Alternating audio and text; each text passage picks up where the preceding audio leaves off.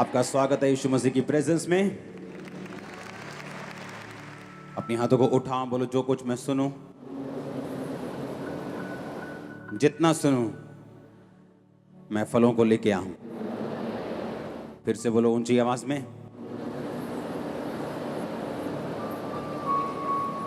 आमीन।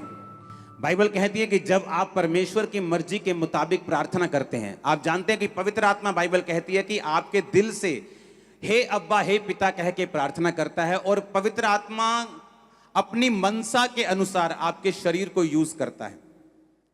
आपको पवित्र आत्मा जब मिलता है तो उसका कारण क्या है? पवित्र आत्मा इसलिए आपको नहीं मिला कि आप सिर्फ दूसरों के लिए प्रेयर कर सकें या अपनी लाइफ में सुरक्षित रह सकें। पवित्र आत्मा इसलिए भी मिला है कि आप परमेश्वर की मर्जी के अनुसार भी प्रार्थना कर सकें। एक बार एक रात को एक व्यक्ति बेचैन हो गया, बहुत ज्यादा क्रिश्चियन व्यक्ति। इतनी बेचैनी हो गई कि उठ के बैठ गया रात को, बिल्कुल मिडनाइट, जब सोने का पूरी गहरी नींद का टाइम है। पवित्र आत्मा ने उसे उठाया और बोला गैर भाषा में प्रार्थना करो। उसे मालूम नहीं था विषय क्या है, और उसने गैर भाषा में प्रार्थना की। 1-2 घंटे प्रार्थना करने के बाद उसका मन चैन में आ गया और उसे ऐसा लगने लगा कि अब परमेश्वर नहीं चाहता मैं प्रेयर करूं, और वो सो गया। तब इंटरनेट का ज़माना नहीं था, फ़ोन का ज़माना नहीं था। थोड़े महीने बाद वो अपने भाई से मिला और उसके भाई ने कहा कि फलानी डेट को मेरे को हार्ट अटैक हो गया था और मैं ऐसे मरने वाला था, बिल्कुल डेड हो गया था, लेकिन पता नहीं ऐसा किस चीज़ ने मुझे छुआ कि मैं रिवाइव हो गया, मुझे होश आ गया, एकदम से मेरी ज़िंदगी वापस आ गई। तो उसने समझाया, उसने कहा कि वो वही दिन था कि जब पवित्र आत्मा ने मेरे को बेचैन किया था। जब मेरे को पवित्र आत्मा ने बेचैन किया तो मैंने तेरे लिए प्रार्थना की और उसी वक्त परमेश्वर ने तुझे छुआ और चंगा किया। जब मैं आपको ये बातें बता रहा हूं, इसका मकसद सिर्फ यही है कि आप लोगों को मालूम होना चाहिए कि आने वाले समय में हमें परमेश्वर की मर्जी के अनुसार प्रार्थना करनी है। क्योंकि जैसे ही आप परमेश्वर की विल के अनुसार प्रेयर करेंगे, अपने भाइयों के लिए, पास्टर्स के लिए, पंजाब के लिए, लोगों के लिए, अन्य जातियों के लिए भी, तो ये परमेश्वर की मर्जी है कि शांति बनी रहे और परमेश्वर अपने लोगों को मजबूत करे। तो जब आप इस तरह से प्रार्थना करेंगे, आप डिलीवरेंस में भी एंटर करेंगे, आप ब्लेसिंग में भी एंटर करेंगे। सुनो मेरी बात, जब आप किसी की गाड़ी को यूज करते हैं, आप किराए पे गाड़ी लेके आए या किराए का ऑटो लेके आए या आपने गाड़ी खरीदी है, कुछ भी है, आप जब किराए की गाड़ी लेके आए आप उसको पे करते हैं कि भाई साहब मैंने आपकी गाड़ी को यूज किया है, ये लीजिए 700 रुपया, 1000 रुपया, 1200 रुपया जो मैंने आपके साथ किया, क्योंकि मैंने आपकी गाड़ी को इस्तेमाल किया। पवित्र आत्मा जिसके अंदर है, और अगर वो व्यक्ति पाप में नहीं है और परमेश्वर की आवाज को सुन सकता है, और दूसरा जो चर्च में परमेश्वर की योजना उनको मालूम होती है, उसके अनुसार जब वो प्रार्थना करना शुरू करता है, तो जिस तरह से हम गाड़ी यूज करने के बाद किराया देते हैं, जब परमेश्वर आपकी गाड़ी को यूज करता है, आपकी बॉडी को यूज करता है, वो आपको पे बैक करता है उसके लिए। जब परमेश्वर आपको पे बैक करता है, वो आपकी फेवरेट चीजें आपको देता है। आपकी फेवरेट चीज क्या हो सकती है? आपका भाई नशे करता है, आपको लगता है कि अगर मेरा भाई नशे छोड़ दे तो मेरे लिए ये फेवरेट चीज है।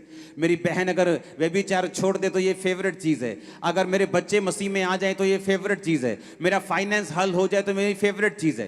तो अगर आप परमेश्वर की मर्जी को जब पूरा करते हैं, वो आपकी फेवरेट चीज आपको देता है।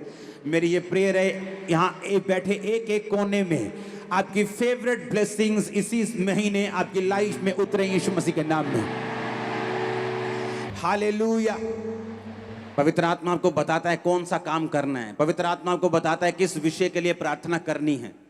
कुछ बातें पवित्र आत्मा आपको बताता है और कुछ बातें आपके सामने होती हैं कि मेरा भाई नशे करता है, मुझे इसके लिए प्रेयर करनी है।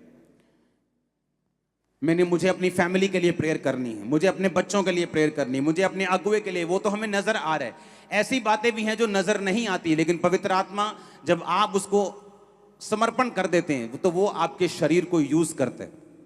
हालेलुया। आप गैर भाषा जब बोलते हैं, आप नहीं जानते आप क्या प्रार्थना कर रहे हैं, लेकिन पवित्र आत्मा आपकी गैर भाषा को किसी के लिए, आपके लिए या किसी परमेश्वर के मकसद के लिए इस्तेमाल करता है। और जब जब आप अपना शरीर, अपना पैसा, अपनी ताकत, अपना माइंड, अपनी कोई भी चीज परमेश्वर को देंगे, ब्लेसिंग हेवन खोलकर आप पर उतरेगी ही उतरेगी। हम डिलीवरेंस की बात कर रहे हैं, हम छुटकारे की बात कर रहे हैं। एक छुटकारा जो पास्टर को भी चाहिए, एक औरत को भी चाहिए, एक मर्द को भी चाहिए, एक बिजनेसमैन को चाहिए अगले लेवल पे जाने के लिए, अनफ्रूटफुल लोगों से छुटकारा पाने के लिए चाहिए, एक छुटकारा जो आपकी फैमिली में आपको चाहिए, एक छुटकारा जो आपके अपनी लाइफ में, अपनी स्पिरिचुअल लाइफ में आपको चाहिए। बाइबल कहती है कुछ रूल्स हैं जिन्हें फॉलो कर कर छुटकारा लिया जा सकता है। जिस तरह मैं आपको बताना चाहता हूं, आप कितने बीमार हैं, कितनी देर से बीमार हैं, कितने दुखी हैं, इस बात पे आपका छुटकारा निर्भर नहीं करता। यीशु मसीह के पीछे एक औरत आई कि मेरी बेटी में से दुष्ट आत्मा निकाल दे, निकाल दे, निकाल दे। यीशु मसीह ने मना कर दिया। यीशु मसीह ने कहा कुत्तों को मैं अपने बच्चों की रोटी नहीं दे सकता। क्योंकि यीशु मसीह चेलों ने भी कहा कि तू क्यों इसकी प्रार्थना को नहीं सुनता, ये दुखी है। परमेश्वर ने कहा सिर्फ एक बंदा दुखी है इसलिए उसकी प्रार्थना नहीं सुनी जा सकती। कभी परमेश्वर ने बाइबल में ये नहीं कहा तू बड़ा दुखी है, तू बड़ी दुखी है इसलिए मैं तेरी प्रार्थना को सुनता हूं। परमेश्वर ने कहा तेरे विश्वास ने तुझे क्या किया, चंगा किया। तेरे फेथ ने तुझे क्या किया। अगर मुझे छुटकारा लेना है तो मुझे रूल्स और मुझे परमेश्वर के जो प्रिंसिपल्स हैं, जो वचन हैं, परमेश्वर का जो बनाया सिस्टम है, मुझे उसे फॉलो करना पड़ेगा। बाइबल कहती है वो औरत परमेश्वर के सामने आई। इंग्लिश में लिखा शी वर्शिप्ड, उसने हिंदी में लिखा उसने यीशु को प्रणाम किया और कहा कि बालक, जो तेरे बालक हैं उनकी मेज से जो चूर चार निकलता है वही कुत्ते खाते हैं। हालेलुया। पर लिखा उसने वर्शिप की। चंगाई से पहले की कि चंगाई के बाद में की? ऊंची आवाज में बताओ। छुटकारे के पहले वर्शिप की कि छुटकारे के बाद में की? बाइबल कहती है उसने इतना सखत उत्तर सुनने के बावजूद भी शी वर्शिप्ड। तो क्या आप भी जब परमेश्वर आपको उत्तर ना दे वर्शिप करने के लिए तैयार हैं? जब आपको उत्तर वो ना दे फिर भी आप परमेश्वर के साथ बने रहने के लिए तैयार हैं? हालेलुया। लिखा शी वर्शिप्ड, उसने खुदा की वर्शिप की। इतना सख्त जवाब लेने के बावजूद भी उसका विश्वास नहीं हिला और उसने कहा तेरे बालकों की मेज से जो गिरेगा वही कुत्ते खाएंगे, हमें अपने घर का कुत्ता समझ ले। यीशु मसीह ने कहा इस बात के कारण दुष्ट आत्मा तेरी बेटी को छोड़ के जा चुका है, जा चली जा। बाय फेथ जो सिस्टम बना है, जो परमेश्वर ने वचन में ठहराया है, उसी के अनुसार हम चंगाई ले सकते हैं, उसी के अनुसार हम छुटकारा ले सकते हैं। उससे बाहर जाकर हम छुटकारा नहीं ले सकते, बल्कि वही जो परमेश्वर के वचन में ठहराया गया है। आमीन। मैंने अपनी लाइफ में नोटिस किया है कि छुटकारा जो है वो बिल्कुल उन्हीं लोगों को मिलता है जो आत्मा को फॉलो करते हैं, जो पवित्र आत्मा को फॉलो करते हैं, वही छुटकारे में, रियल छुटकारे में एंटर करते हैं। आज जो आप सिस्टम देख रहे हैं चर्च में, सब जगह आप बड़े बड़े सिस्टम को बनता हुआ देख रहे हैं, लेकिन पहले ऐसा नहीं था। इतनी बड़ी चर्च होने के बावजूद भी किराए पर साउंड आता था। हम अपना साउंड परचेज नहीं कर पा रहे थे, इतना पैसा भी नहीं था चर्च के पास, क्योंकि चर्च से कोई डोनेशन नहीं मांगी जाती थी, कुछ नहीं था, बस लोग आके डाल जाते थे, ठीक है कुछ नहीं है तो ना सही। ऐसा चलता रहा कितने साल। तो मैं साउंड के लिए पैसे इकट्ठे करता था कि अभी 50,000 हो गया, अभी 1,00,000 हो गया। और एक दिन परमेश्वर ने मुझसे रात को मिडनाइट के टाइम बात की कि अभी उठ और जितना पैसा तेरे पास है उसे अभी कंप्यूटर से ट्रांसफर कर। उस समय उस अकाउंट में मैंने इंटरनेट बैंकिंग रखी थी। तो रात को 12 बजे मैं उठा और मैंने कहा परमेश्वर ये पैसा तो सेव करने के लिए, ये पैसा तो मैं तेरे ही भवन का साउंड जो है उसे बाय करने के लिए मैं जोड़ रहा हूं। मुझे 6-7 लाख तब चाहिए था, 10-12 साल पहले 10 लाख में साउंड आ जाता था। तो तब मैंने कहा परमेश्वर ये तो तेरे साउंड को परचेज करने के लिए। परमेश्वर ने कहा इसे अभी बोना है। आप इमेजिन करो मेरे अकाउंट में जितना पैसा था, मैंने रात को 12 बजे अकाउंट ओपन किया, जिसके अकाउंट में डालना था उसका अकाउंट पहले से जुड़ा हुआ था मेरे साथ, मैंने उसके अकाउंट में डाला, उसको टिक किया, पैसा गया। मैंने उसको रात को मैसेज किया कि भाई साहब मैंने इतने लाख रुपये आपके अकाउंट में भेजा है। उसने कहा गॉड ब्लेस यू। मैंने कहा ठीक है जी अब तो हो गया, गॉड ब्लेस यू, अभी तो खाता खाली हो गया। इमेजिन करो थोड़े दिन में ही एक फैमिली मुझसे मिलने के लिए आई और उस फैमिली ने कहा कि परमेश्वर ने हमारे दिल में डाला है कि हमारे पास एक प्लॉट है, हम उसे बेचकर हम आपको देना चाहते हैं कि आप साउंड परचेज कर लो। कहा मैं उसे महीनों से जोड़ रहा था और कहाँ एक व्यक्ति आया और उसने पूरे के पूरे साउंड का खर्चा दे दिया। वो पहला टाइम था जब चर्च ने अपना साउंड खरीदा था। वो क्या था? एक छुटकारा। आज चाहे उस पैसे की आज उतनी वैल्यू नहीं, वो उतने पैसे के शायद 4 माइक आए, आज 1.5-2 लाख का माइक है, पर उस समय वो एक छुटकारा था मेरे लिए। आप कितने मेरी बात को समझ रहे हैं? मेरे लिए वो बड़ा छुटकारा था कि मेरी चर्च किराए से फ्री हो गई, अब किराए का पैसा मैं दरी में लगाऊंगा, मैं चर्च को बनाने में लगाऊंगा। मेरे लिए वो छुटकारा था। लेकिन परमेश्वर ने वो छुटकारा मुझे इसलिए नहीं दिया कि मुझे साउंड की जरूरत थी। जब मैंने विश्वास के कदम को उठाया तो परमेश्वर ने वो छुटकारा दिया। आप मेरी बात समझ रहे कि नहीं? जब चर्च शुरू हुई 2007-8 में, 7 में मैं खामरा में आया, 8 में चर्च शुरू हुई। 3 लोग थे चर्च में। मैं ही चाय बनाने वाला था, मैं ही चाय बांटने वाला था, मैं ही दरी बिछाने वाला था, मैं ही दरी उठाने वाला था, मैं ही टेंट मैन था, मैं ही प्रीचर था, मैं ही क्लीनर था, सारा कुछ मैं ही था। हालेलुया। जब लोग आने वाले होते थे, दरी भी मैं बिछाता था, पुलपट भी मैं ही लगाता था। साउंड तब जरूरत थी नहीं 3 लोगों में। सारा कुछ, चाय भी मैं एक बनाता था, बिस्किट भी मैं लेके आता था, उनको पिलाता भी मैं ही था, उनको खिलाता भी मैं ही था, उनको प्रीच भी मैं ही करता। सुनो मेरी बात, परमेश्वर की सेवा जो है वो शौक से होती है। आमीन। वो लव से होती है कि चाहे मैं 3 लोगों के सामने हूं, लेकिन मुझे यीशु मसीह से प्यार है और मैं उनको परमेश्वर के बारे में बताना चाहता हूं, उनको यीशु मसीह की लाइन पे लेके जाना चाहता हूं। तब क्या हुआ, 2007 में 8 में एक 10 बाय 10 के कमरे से जब चर्च शुरू हुई तो चर्च बढ़ गई। जब 27-28 लोग हो गए, ओवरफ्लो हो गया। बल्ले भी बल्ले, 28 अगर 27 से 3 लोग ज्यादा हो गए तो ओवरफ्लो हो गया। 3 लोग बाहर बैठे जी हॉल के। आज खमरा चर्च ओवरफ्लो था, 3 लोग बाहर थे, ऐसा ओवरफ्लो था तब। सुनो, हालेलुया। तो क्या हुआ, जब मैंने बात की, मैंने सोचा कि मेरे उस कमरे के पास ऐसे 2 वेड़े हैं, एक ऐसे जाता है, एक ऐसे जाता है। तो मैंने, वो किराए पे था, मैंने मकान मालिक से कहा, मैंने कहा लोग बढ़ रहे हैं तो मुझे ये वाला आपका जो यहाँ पे मीटिंग अभी करनी पड़ेगी। उसने मना कर दिया। उसने कहा नहीं ये छत थोड़ी सी कमज़ोर है, पता नहीं मीटिंग होगी कि नहीं, मतलब उसने मना कर दिया। मैं सोचा, मैंने कहा मैं तो ये सोच रहा था कि यहाँ होना चाहिए, परमेश्वर मेरी हेल्प करेगा, लेकिन अब मैं क्या करूँगा। तो परमेश्वर ने इंतजाम किया है कि नीचे प्लॉट, मेरी फैमिली का प्लॉट था, वहां मीटिंग शुरू हुई। उसके बाद जब वो भर गया, उसके सामने ग्राउंड थी, फिर वहां मीटिंग शुरू हुई। जब वो ग्राउंड में हम गए तो उस ग्राउंड का जो मालिक था वो एक दिन आके बोला, यार तुम इतने कब्जा ही ना कर लियो। मैंने कहा भाई साहब, हम 200 करोड़ की कोठी फ्री में छोड़ के आए, ये कब्जा करने के लिए नहीं आए हम। हाँ, लेकिन तब लोग आपको समझते नहीं, जब आपके अंदर रिजल्ट नहीं होता, जब आपने कुछ दिखाया नहीं होता, तब लोग आपको समझ नहीं पाते। तब मैंने कहा ठीक है, हम ये जगह 1 महीने के अंदर अंदर छोड़ देंगे। हमने जगह फाइंड करनी शुरू की, परमेश्वर कोई रेंट पे जगह हमें दे, कोई रेंट पे जगह मिल जाए, बड़ा प्लॉट मिल जाए, 100 मरले 150 मरले का रेंट पे। तो कोई रेंट पे देने के लिए तैयार नहीं था। तो एक डॉक्टर साहब हैं, उन्होंने अपना प्लॉट हमें ऐसे ही दे दिया कि आप यूज करो। फिर वहां गए, फिर मुझे मालूम था कितनी देर तक कोई प्लॉट, आपको कहीं तो अपनी जगह में जाना ही है, लेकिन कभी भी पैसों का इंतजाम नहीं, इतनी बड़ी चर्च होने के बावजूद भी। एक दिन जब मैं इंडिया के बाहर था तो वहां पे मुझे, जब मैं चर्च में गया तो वहां पे रूम के पैसे लगते हैं। मान लो एक रूम के वहां पे पैसे थे कि मान लो कि 80,000 रुपया एक वीक का, मान लो 2.5-3 लाख रुपया मुझे उस रूम के उनको देने थे। तो जब मैं वहाँ उस चर्च में पहुँचा अपने स्पिरिचुअल फादर के पास, तो उन्होंने मैसेज भेजा कि आपको रूम के पैसे देने की ज़रूरत नहीं। तो मेरे पास वो सारे पैसे बच गए। और जब मैं 3 हफ्ते वहाँ पे रहा और जब मैं आने लगा तो परमेश्वर ने, आप इमेजिन करो, ये नहीं कि पैसे बच गए, ले अभी फ़ायदा हो गया वापस ले जाएंगे पैसे, नो नो नो। मुझे मालूम था कि परमेश्वर खास मकसद के तहत ऐसा कुछ कर रहा है।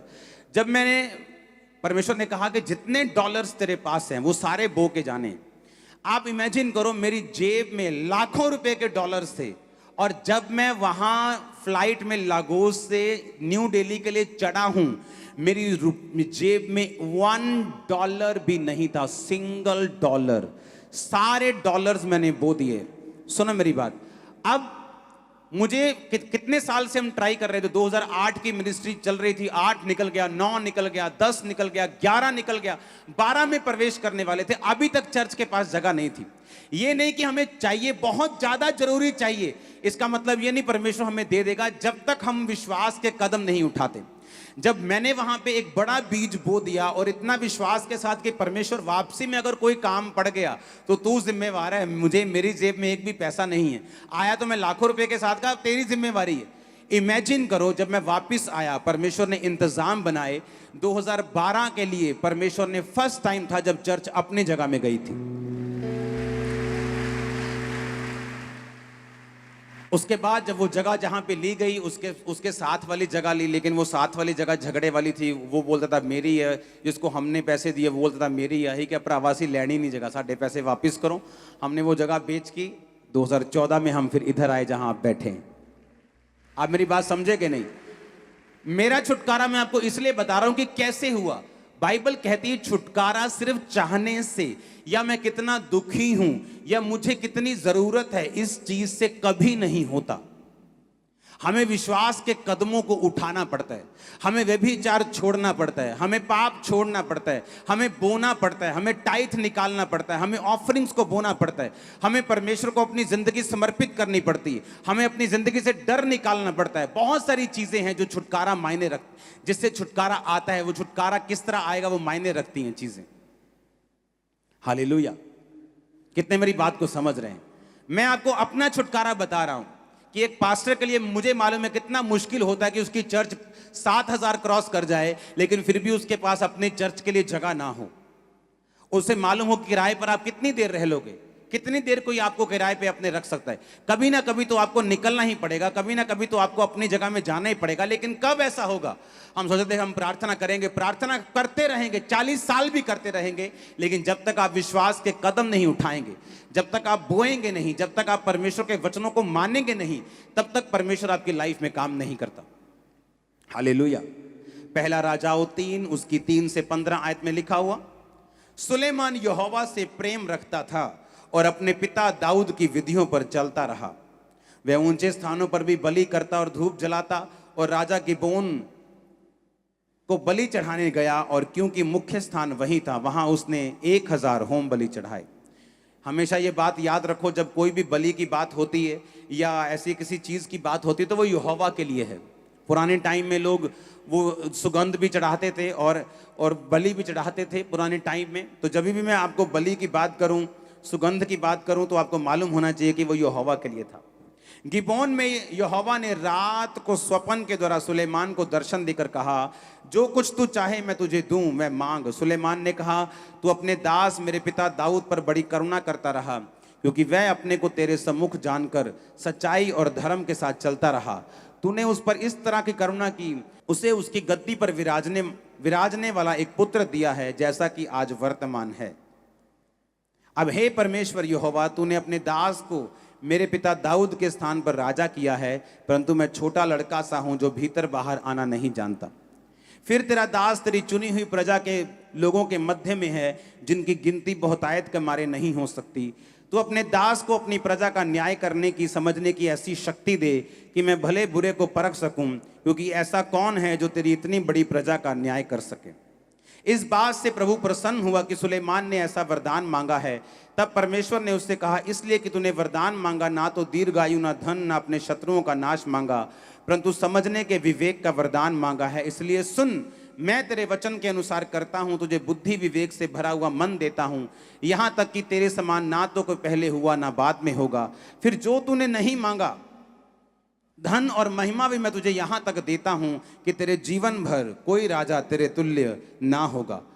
परंतु यदि तू अपने पिता दाऊद के समान मेरे मार्गों में चलता हुआ मेरी विधियों और आज्ञाओं को मानता रहेगा, तो मैं तेरी आयु को बढ़ाऊंगा। तब सुलेमान जाग उठा और देख कर कि यह सपना था। फिर वह यरूशलेम को गया और यहोवा की वाचा के संदूक के सामने खड़ा होकर होम बलि और मेल बलि चढ़ाए और अपने सब कर्मचारियों को भोज दिया। अब यहां पे बाइबल कहती है, जब सुलेमान राजा बना, उसे एक बात मालूम थी कि उसकी प्रजा बहुत बड़ी है, लेकिन उसके पास ऐसी बुद्धि नहीं जो अपनी प्रजा का न्याय कर सके। अब उसे छुटकारा चाहिए। बाइबल कहती है, जब वो परमेश्वर के संदूक को लेके आ रहा था, उसने परमेश्वर के संदूक के सामने हजारों बलियों को चढ़ाया। जब भी आप अपनी जिंदगी से परमेश्वर के सामने कुछ ऐसा चढ़ाते हैं जो आपके लिए बहुत मायने रखता है। हन्ना ने अपना बेटा परमेश्वर को चढ़ा दिया, सेवा के लिए दे दिया।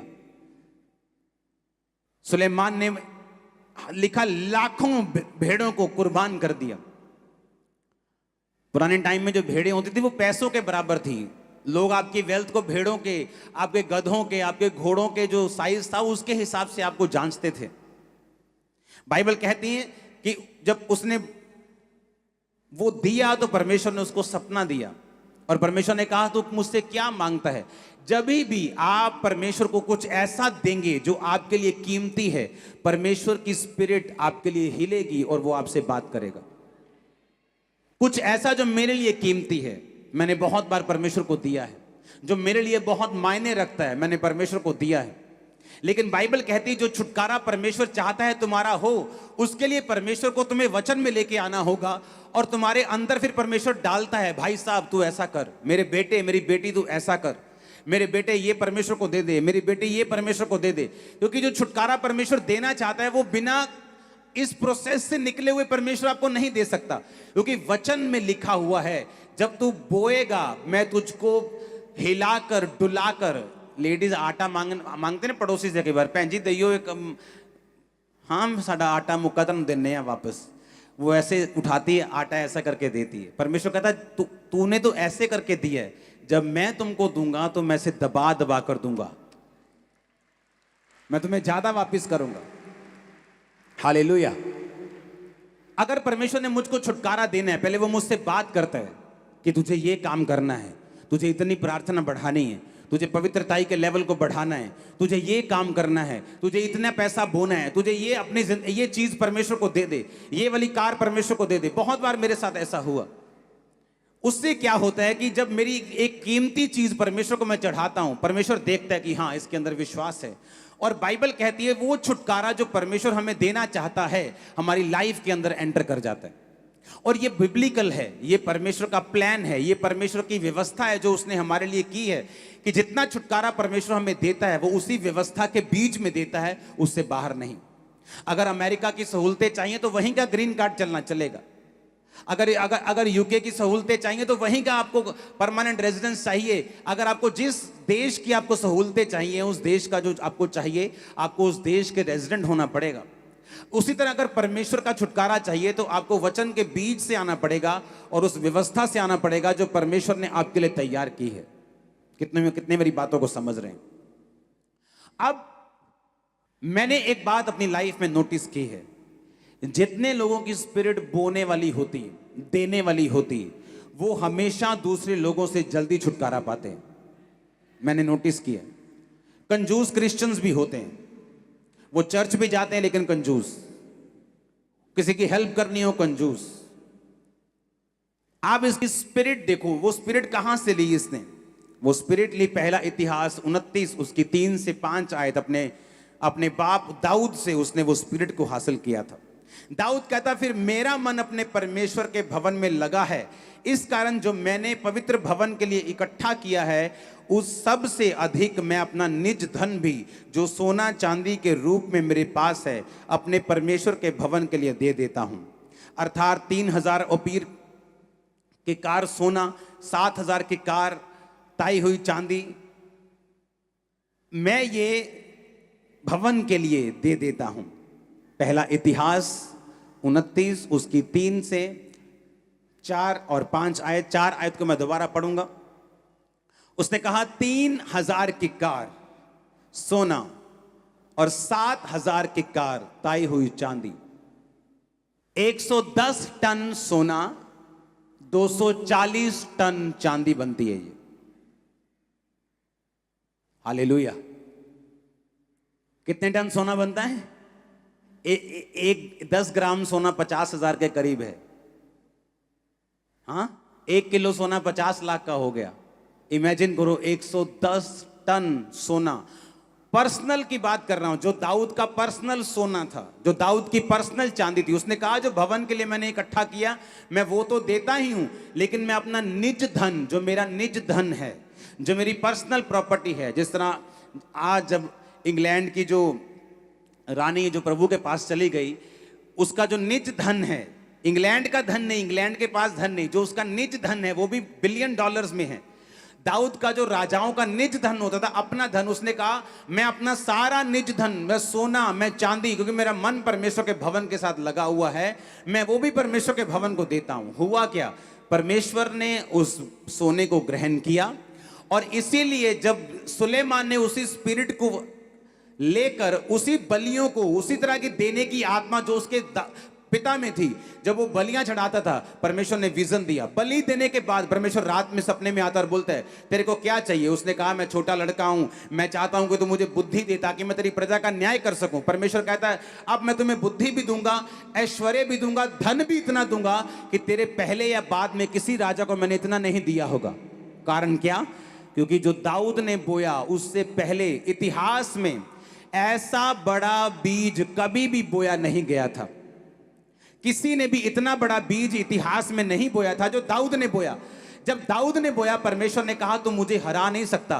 तेरे बाप ने जो बड़ा बीज बोया, चाहे तूने ये पैसा नहीं मांगा, उस बीज के कारण मैं तुझे बुद्धि भी देता हूं जो तूने मांगी है, लेकिन पैसा भी इतना दूंगा कि तेरे बाद या तेरे आने वाले समय में पहले भी या अब भी कोई भी राजा ऐसा नहीं होगा। हालेलुया। और बाइबल कहती है छुटकारा सुलेमान की जिंदगी में एंटर हुआ।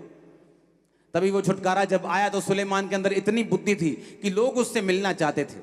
जब सुलेमान के अंदर बुद्धि ज्यादा हो गई तो लोग क्या करते थे, मैं आपको बताता हूं कैसा होता है। जब एक देश मजबूत हो जाता है तो दूसरे देश उसके साथ जुड़ने के लिए भेंटों को भेजते हैं कि भाई साहब हमारे देश का जो पीतल है बड़ा अच्छा होता है, हम चाहते हैं आपके साथ व्यापार करना, हम आपको बेस्ट पीतल देंगे। हमारे देश की टेक्नोलॉजी बड़ी अच्छी है, हम आपको बेस्ट टेक्नोलॉजी देना चाहते हैं। हमारे देश की गाय बैल बड़े अच्छे हैं, हम आपको वो देना चाहते हैं।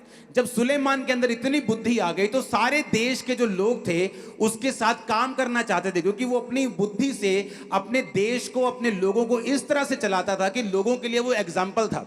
बाइबल कहती रानी, जब रानियां और राजे उसके पास आते थे तो वो बड़े हैरान होते थे उसके लोगों की पोशाक को देख के, उसके बैठना उठना, उसके राज करने का तरीका। और जब वो आते थे तो बहुत सी भेंट लेके आते थे। और जैसे ही जब सुलेमान के जीवन में बुद्धि एंटर की तो बहुत से देशों ने उसके साथ संधि करनी शुरू कर दी, बहुत से देशों ने उसके साथ व्यापार करना शुरू कर दिया। बाइबल बताती है कि सुलेमान घोड़ों का व्यापार भी करता था, अरब के घोड़े मंगवा के वो व्यापारियों को देता था।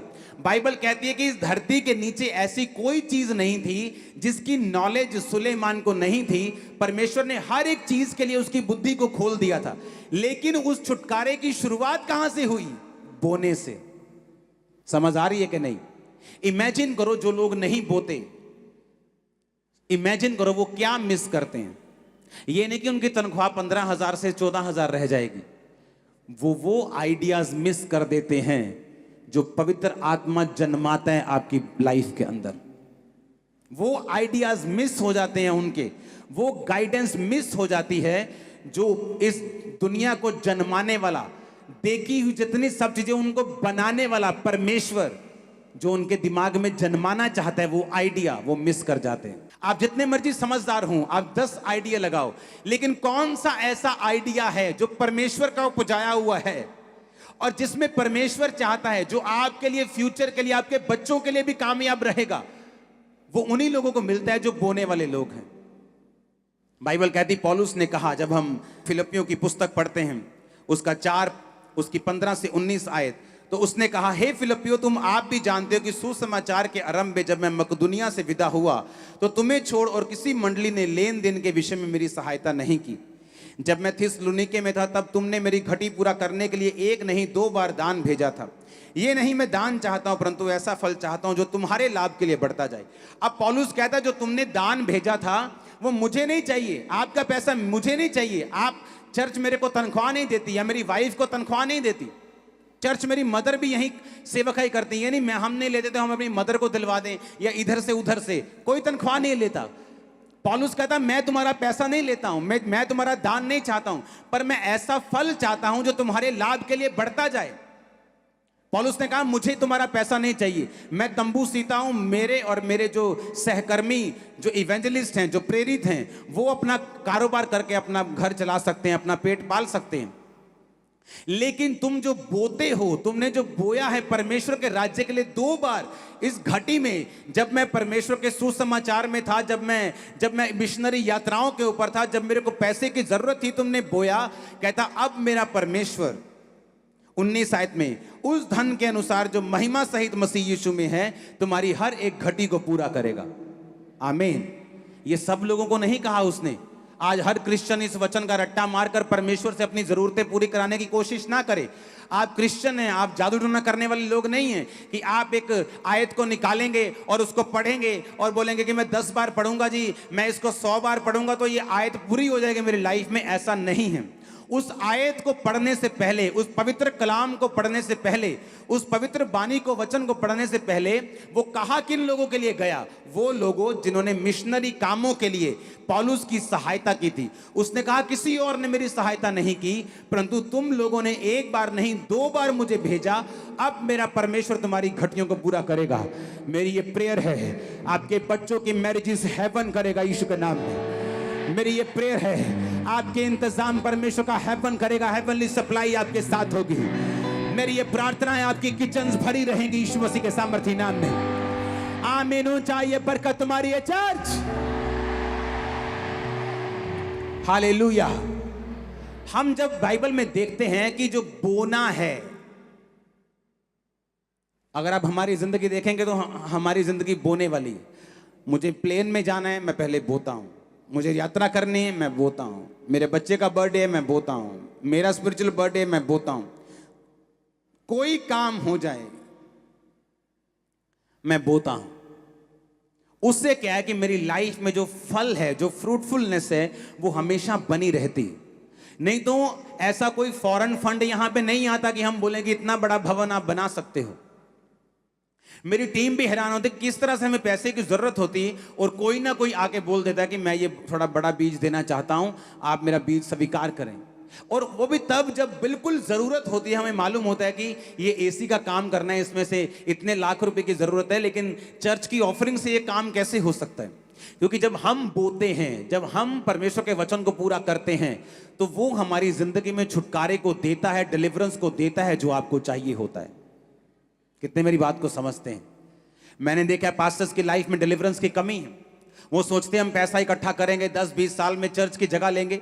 लेकिन अगर आप उन्हें पूछें आप पैसा बोते हैं क्या, टाइथ बोते हैं, आप ऑफरिंग्स बोते हैं? नहीं बोते। बहुत से लोग नहीं बोते। जो बोते हैं उनका इंतजाम परमेश्वर करता है। हेवन उनके लिए ओपन होता है, डिलीवरेंस उनकी लाइफ में एंटर करती। इसलिए मैंने कहा जो 7 हफ्ते आप डिलीवरेंस का वचन सुनेंगे, अगर आपने इन 7 हफ्तों में डिलीवरेंस के वचन को फॉलो किया, छुटकारा आपके पास होगा। और मैं आपको बता रहा हूं, सुनो सुनो, छुटकारे की शुरुआत आपकी लाइफ में हो चुकी है। मैं देख रहा हूं स्पिरिट में। आप बिलीव करते हैं क्या? मैं आपको स्पिरिचुअली बता रहा हूं ये चीज। मैं अपनी स्पिरिचुअल आईज से देख रहा हूं राइट नाउ। अगर मैं आप जेंट्स की ओर देख रहा हूं, अगर मैं आपकी ओर देख रहा हूं, मैं आपको बता रहा हूं स्पिरिचुअली छुटकारा एंटर कर चुका है आपकी लाइफ के अंदर। आप जस्ट बड़ी टेस्टिमनीज को हासिल करेंगे और आएंगे वापिस। Hallelujah, hallelujah. मैंने आपको अपनी लाइफ की टेस्टिमनी दी, किस तरह से परमेश्वर ने मुझको छुटकारा दिया है। तो जब भी आप अपनी कीमती चीजों को देते हैं, आपको दर्द होता है, आपको पेन होती। अगर आपको बोने में पेन नहीं होती तो वो बोना फ्रूटफुल नहीं होता। अपना इकलौता बेटा दे देना जो तुमने बड़ी मन्नतों के साथ पाया हो, और हन्ना आती और अपने बेटे को चढ़ा के जाती, और एक पेन उसको हुई होगी कि मेरा एक ही बेटा और मैं उसको परमेश्वर को देती हूं। लेकिन बाइबल कहती परमेश्वर ने 5 बच्चे उसे और दिए उसके बाद। आपका बोना, प्रेयर, फास्टिंग आपके लिए एक बड़े प्राउड को पैदा करने वाली इन दिनों में। आप इतने बड़े काम अपनी लाइफ में देखेंगे कि परमेश्वर की महिमा करेंगे दोनों हाथ और मुंह से भी। आपकी लाइफ को, आपकी फैमिली, आपके फाइनेंस को, आपकी बॉडी को, आपके सिस्टम को आज इस पुलपिट से मैं ब्लेस्ड घोषित करता हूं, डिलीवर्ड घोषित करता हूं। Hallelujah, hallelujah. और मैंने देखा है ये एक आदत है। मत सोचो कि मेरे पास थोड़ा पैसा है तो मैं तब बोऊंगा जब मेरे पास ज्यादा होगा। मैंने देखा है ये आदत है। मैंने थोड़े थोड़े पैसों में भी लोगों को बोते देखा है और बड़े बड़े पैसे वालों को भी कंजूस होते देखा है, क्योंकि ये एक लाइफ स्टाइल है। क्योंकि अगर मैं कहता हूं मैं खुदा से प्यार करता हूं तो मैं बोने वाला हूंगा। अगर यहोवा परमेश्वर यही कहता रहता कि मैं जगत से प्यार करता हूं और यीशु मसीह को ना भेजता और दुनिया पापों में और बीमारियों में मरती जाती, तो हम बोलते कि परमेश्वर तू कैसा प्यार करता है।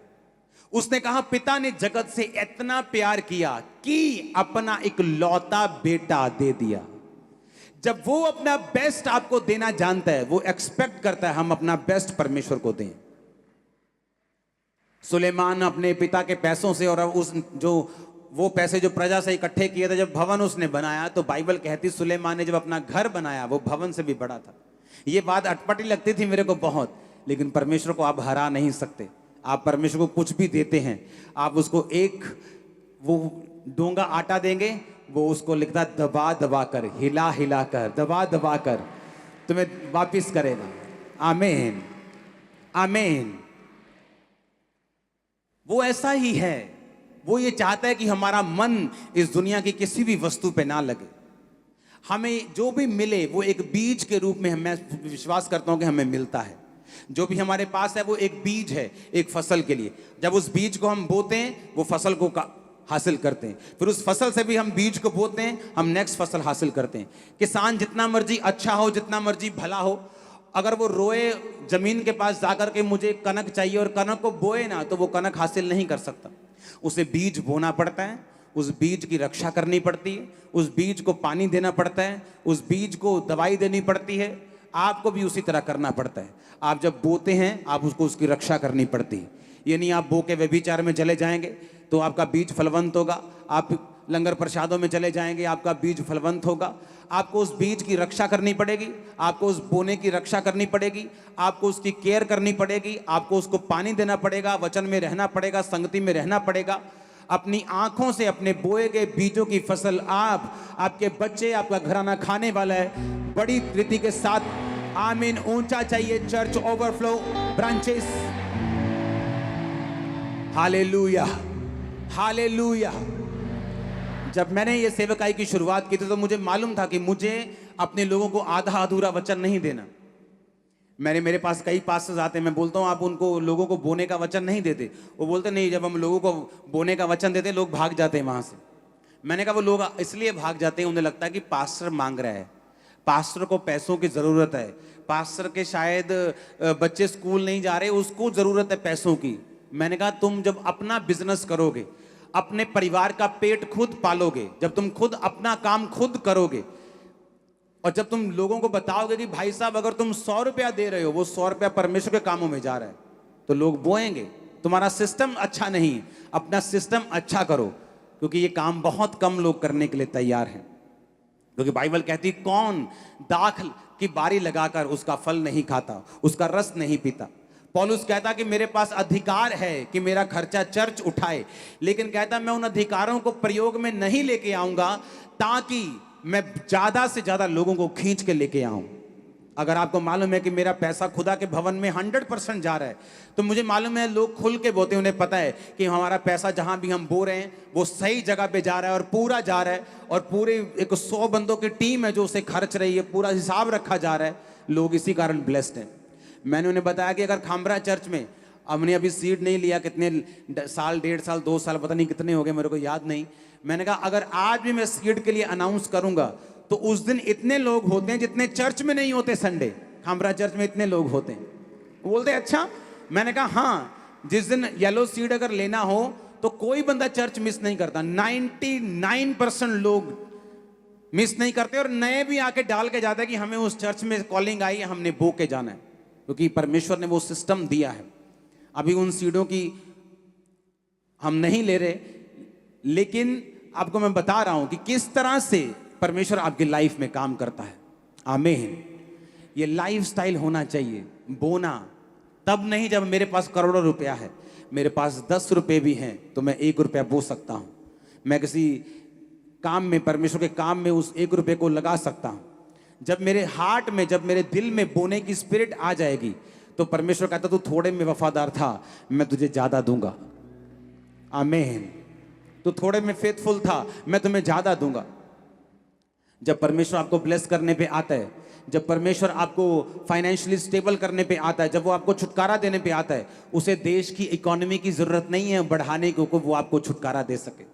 जब नाइजीरिया में दुनिया का सबसे बड़ा पेंटिकोस्टल स्ट्रक्चर चर्च बना, तो उस चर्च में जब बताया गया कि ये इतने $1 मिलियन का चर्च होगा, तो वो पास्टर सबसे गरीब था और उसकी तनख्वाह आज के हिसाब से जस्ट 700 रुपया महीना थी। 3500 नायरा उसकी तनख्वाह थी, लेकिन 350 नायरा बोना, जिसकी वैल्यू सिर्फ 70 रुपए बनती, वो भूलता नहीं था। उसके स्पिरिचुअल फादर ने उसको बोना सिखाया था कि बेटा कम हो ज्यादा हो, बोना छोड़ना मत। आज वो सबसे बड़ा स्ट्रक्चर बना रहे हैं, और जिस चर्च को वो अब बना रहे हैं, नई चर्च को, उसकी वैल्यू 3000 करोड़ के से भी ज्यादा है। हालेलुया। कौन बना रहा है? जो गरीब था। कारण क्या? छुटकारा। कैसे मिला? परमेश्वर के वचन से। गरीबी में जन्मना पाप नहीं, गरीबी में मरना पाप जरूर है। आप गरीबी में जन्मे, आपका कोई कसूर नहीं, गरीबी में मर जाओगे तो ये पाप है। आप बीमार जन्मे हैं, कोई प्रॉब्लम नहीं, लेकिन बीमार मरिए मत। पाप में जन्मे हैं, कोई प्रॉब्लम नहीं, पाप में मरिए मत। मसीह से बाहर जन्मे, कोई प्रॉब्लम नहीं, मसीह में आकर जाइए। हालेलुया। कितने इन बातों को समझ रहे हैं? जब मैं छुटकारे की बात करता हूं, मैं ओवरऑल छुटकारे की बात करता हूं। सुलेमान ने सिर्फ बोया, परमेश्वर ने उसको बुद्धि दी, लेकिन छुटकारा चारों तरफ का हुआ। जब एक राजे के पास इतनी बुद्धि होती, दूसरा राजा लड़ने के टाइम में भी 10 बार सोचता है। आज कोई बंदा अगर अमेरिका से लड़ने की चाहे तो 10 बार पहले सोचता है कि इस देश को हाथ डालूं कि ना डालूं, इजराइल पर हाथ डालूं कि ना डालूं। उसकी बुद्धि इतनी बड़ी हो गई, छुटकारा इतना बड़ा हुआ कि देशों ने संधि करके उसको सोना, उसको चांदी, उसको ऐसे जो रत्न थे, सुगंध द्रव्य थे, घोड़े थे, जो कीमती चीजें थी, जो लकड़ियां थी, चंदन की लकड़ियां थी, वो उसको भेजते थे। कारण क्या? बोना। कारण क्या? छुटकारा जो यहोवा ने उसका किया। आमीन। जब मुझे छुटकारा चाहिए तो मुझे ये बात मालूम होनी चाहिए, और बात मेरी याद रखना, जब तक छुटकारा नहीं होगा, बेइज्जती नहीं छूटेगी, वो साथ नहीं छोड़ेगी। अगर बेइज्जती से पार आना है तो छुटकारा चाहिए हमें। हालेलुया। अगर बेइज्जती से बचना है तो छुटकारा चाहिए। भजन संहिता में लिखा है 51 में कि हे परमेश्वर मेरा मुंह खोल दे ताकि मैं तेरा गुणानुवाद कर सकूं। वो ये मुंह की बात नहीं कर रहा, वो कह रहा है मुझे टेस्टमनी दे ताकि मैं तेरा गुणानुवाद, मेरा मुंह खोल दे, जिस तरह हन्ना के मुंह को उसने खोल दिया था। और बाइबल कहती परमेश्वर चाहता है हमारा मुंह खुले, लेकिन उसका तरीका है, उसके मुंह को खुलवाने का भी परमेश्वर के पास एक तरीका, एक वे है। जब उस वे से हम होके जाएंगे, हमारी पीढ़ियां भी ब्लेस होंगी, आपके पीढ़ियों तक ये ब्लेसिंग जाएगी। Hallelujah, hallelujah. मेक श्योर आप एक एक वचन जो छुटकारे का मैं आपको दूं, आप उसको फॉलो करें। एक भी संडे ऐसा ना हो जो आप मिस करें और छुटकारे को मिस करें। प्रेजेंट होके फिजिकली। ऑनलाइन उन लोगों के लिए है जो दूर बैठे, जो 2000 किलोमीटर दूर है। ये 200 मीटर पे दूर नहीं, ये 2 किलोमीटर 20 किलोमीटर वालों के लिए ऑनलाइन सभाएं नहीं है। मैं आपको परमेश्वर की आत्मा से बता रहा हूं। भूल जाओ कि आप 20 किलोमीटर दूर बैठे और ऑनलाइन अटेंड कर रहे हैं और आप सोचे कि आपने चर्च अटेंड कर ली। परमेश्वर के हेवन में आपकी अटेंडेंस नहीं लगी उस दिन, क्योंकि आपको फिजिकली बीज बोना है, अपने टाइम का, अपनी ताकत का। आपको बताना है कि परमेश्वर को कि परमेश्वर मैं इतना कंफर्टेबल नहीं हुआ हूं कि तेरे भवन को छोड़ के संडे घर बैठ के देख लूंगा। आपको जब भी रिजल्ट मिलेगा कंफर्ट जोन के बाहर मिलेगा। जब भी आपका कंफर्ट खराब होने लगेगा, आपको मालूम होना चाहिए कि बड़े रिजल्ट आपके इंतजार कर रहे हैं। इतने कंफर्टेबल मत हो जाओ ऑनलाइन मीटिंग से कि घर बैठे। आज खामरा चर्च में अंदर ओवरफ्लो, सेकंड ओवरफ्लो, ब्रांचेस भरी पड़ी हैं, सब जगह ओवरफ्लोज हैं। क्योंकि लोगों को लगता है कि मैं शायद इसलिए कह रहा हूं कि गैदरिंग की कमी है। गैदरिंग इस साल चर्च डबल हुई है। खामरा चर्च राइट नाउ ये इंडिया की सबसे बड़ी चर्च बन चुकी है, आपको मालूम होना चाहिए। लेकिन हमारा मकसद कंपटीशन करना नहीं, हमारा मकसद बड़े चर्च बनना नहीं, हमारा मकसद कुछ और है। आमीन। हमें वचन को देना है, हमें हील करना है, डिलीवर करना है, लोगों को शिक्षा देनी है, राइट तरीके से उनको लेके जाना है, ताकि वो इस ब्लेसिंग को अपनी पीढ़ियों तक पहुंचा सके। आमीन। आप सब ब्लेस्ड हैं यीशु के नाम में। और मेरा पूरा बिलीव है, ये 7 हफ्ते जो वचन परमेश्वर दे रहा है आपको, इसको दोबारा फिर से सुनना, इसको फिर से सुनना, फिर से सुनना, इसको मिस मत करना। जस्ट अपनी स्पिरिट में इसको एंटर करने देना, आप एक नए मनुष्य होंगे। डिलीवरेंस आपकी लाइफ में, स्पिरिट में एंटर कर चुकी है, मैं अब देख रहा हूं आपको भी। मैं नहीं कह रहा कि मिलेगा, बहुत सी गिनती ऐसी है आपकी स्पिरिट में डिलीवरेंस एंटर कर चुकी, वो आप कंसीव कर चुके हो अपनी स्पिरिट में। आप देखना किस तरह से फल लेके आते हैं आप। हालेलुया, जोर से बोलो हालेलुया। अपने हाथों को उठाओ। Thank you Jesus. गैर भाषा में प्रार्थना करो अगले 5 मिनट।